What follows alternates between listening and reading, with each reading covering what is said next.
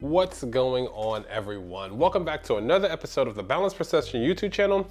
And today we are building another massive item, but not the entire thing, unfortunately, because we don't have all the pieces printed out. I'm working on that.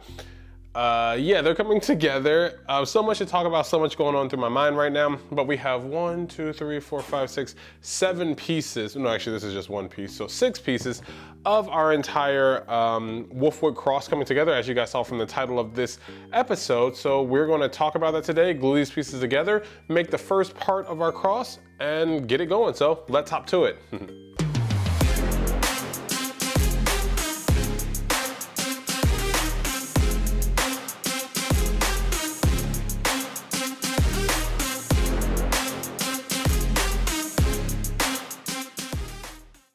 So as I said earlier, we are going to be gluing Wolfwoods, the first part of his cross, together today. I used Luban. I did a whole episode on Luban. It's a phenomenal program, absolutely amazing if you 3D print large items. I definitely recommend you go check it out. I learned about it from, I think, the Galactic Armory, him making his massive, I forgot how big it was, but the Master Chief like statue. That thing is awesome. And I got inspired and I was like, I want to make something that big. I have enough printers for it, so let's make it happen. I need more printers because I want to be able to print all this in one go. If I had 26 printers, or maybe 28, the entire cross is about 6 feet tall that I'm printing to make. You know, Wolfwoods Cross from Trigun, about 6 feet tall, and it takes about 29 pieces, I think, to assemble. So if I had 29 printers, I could print the whole thing in like 6 days. But alas, I don't have that. I only have 7. Anyways, I digress.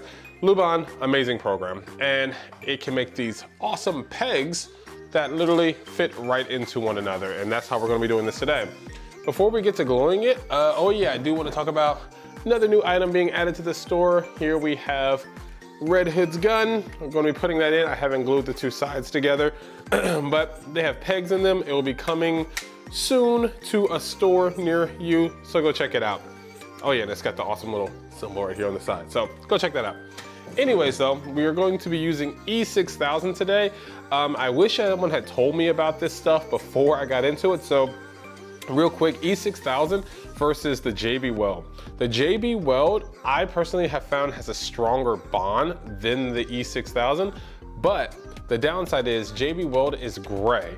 E6000 is clear. So even if you make mistakes, you don't see them, or if you clump up a lot of glue in one area, you don't see it. So just a little note, if you guys are 3D printing also, E6000 is awesome. These pieces have massive surface areas to weld to, so I'm not, you know, like worried at all about it holding together. Another quick thing I have to mention, most of these are printed at about 15-20% infill, but I messed up because I was printing something else that needed that higher infill. This piece right here, it's like 30% infill, and this sucker is kind of heavy. This one, extremely light. So if you're doing that, make sure that you get your you know, infill percentages right. But alas, let's just go ahead, glue this together real quick, see what it looks like, and talk about it.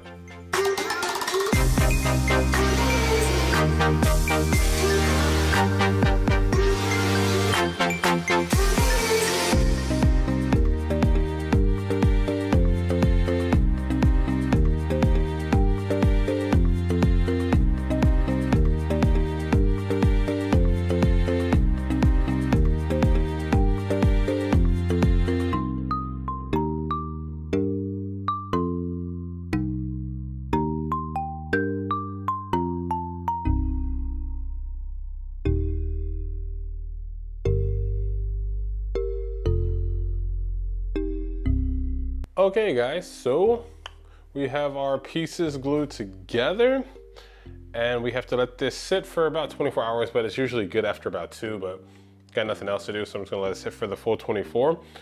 I have to say, it's coming along very nicely. It's already kind of heavy, so that concerns me. I might have to print the rest of the pieces at 15% infill. I'm not sure yet, we're gonna have to figure that out. But as of right now, it's pretty good. As you guys can see, even with this piece on here, it's not, what's it called? Like, you know, tilted to one side. It's still pretty, you know, centered or whatever. So balance, that's what I'm looking for, balance. So yeah, we're just gonna let this sit for a few hours, then we'll be back. So see you guys soon.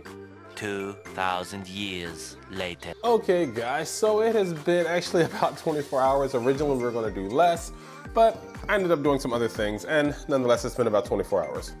To show you guys how well the E6000 holds, remember this thing was all as one piece, and it's kind of heavy, but as you guys can see, I'm holding with one hand, and nothing but no welding has been done, just the E6000 is holding it together.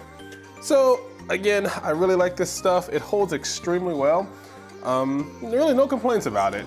It just doesn't hold as strong, I've noticed, as the E6000 doesn't hold as strong as the JB Weld. So, but the JB Weld isn't clear. So I like this stuff more, but if I really get nervous about something, I'll end up using the JB Weld.